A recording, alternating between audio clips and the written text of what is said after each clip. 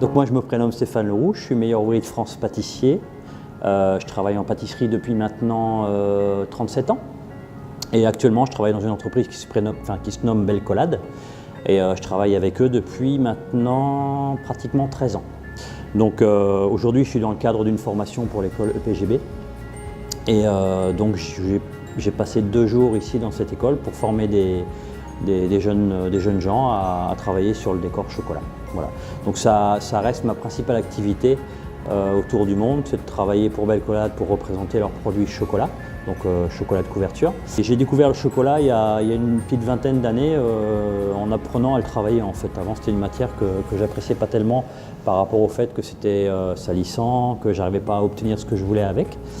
Et de ce fait-là, j'ai appris à mieux connaître la matière en la travaillant et puis j'ai découvert beaucoup de choses avec le chocolat et notamment sur l'artistique. Donc c'est une matière que je trouve très intéressante et qui me permet de m'exprimer dans beaucoup de choses. Donc c'est une matière aujourd'hui dont je ne pourrais plus me passer en fait.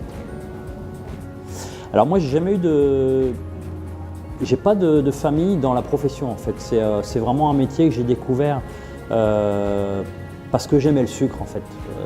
Mon parcours fait que j'adorais le sucre quand j'étais plus jeune et dès l'âge de 6 ans, j'ai vraiment voulu pratiquer ce métier. Alors au début, j'ai travaillé sur le premier livre Matière Chocolat, qui a été un livre qui a eu beaucoup de succès. Après, j'ai voulu retravailler sur un autre domaine qui était le praliné, donc ça a été mon 2e livre. J'ai voulu retourner un petit peu à mes sources en pâtisserie pour faire voir que je savais aussi faire des gâteaux. Ça reste mon premier métier quand même et je le renie absolument pas. J'ai eu envie de retourner sur l'origine du chocolat, sur l'artistique, à savoir le premier livre, en travaillant sur un 2e livre qui s'appelle Bleu Chocolat. Et je voulais vraiment revenir sur ce sujet, mais avec une façon d'aborder l'artistique très différente. Donc dans le 2e livre, je suis plus parti sur des sujets panoramiques, beaucoup plus sobres, beaucoup plus abstraits parfois. Mais je voulais vraiment travailler sur l'artistique d'une autre manière. C'est 2 visions très différentes, mais en même temps qui sont complémentaires en termes de technique. Alors ma principale source d'inspiration, c'est ce que je vois autour de moi. Donc c'est tout ce qui est lié à la nature principalement, aux éléments, l'air, le feu, l'eau et la terre.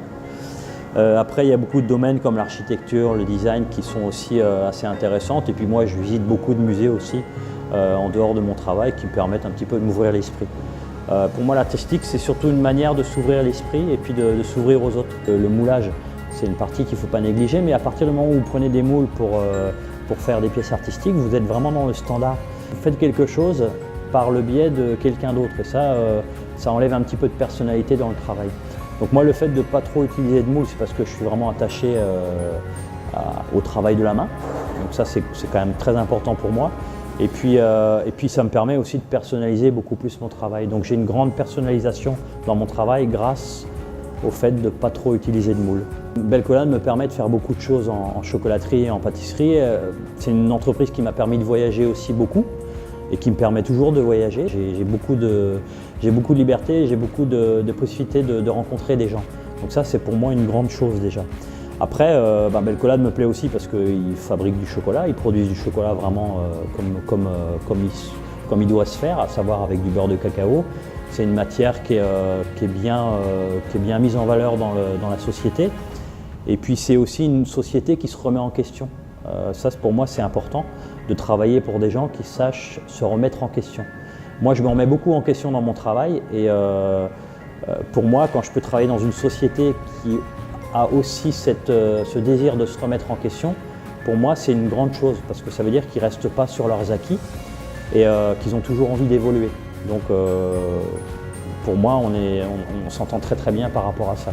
Le chocolat pour ça c'est aussi une belle matière, c'est que en fonction de l'endroit où on va se trouver, on va obtenir des goûts et des saveurs très très différentes qui sont liées aux régions, au sol, au type de cacaoyer aussi qui vont permettre d'avoir des goûts très très différents.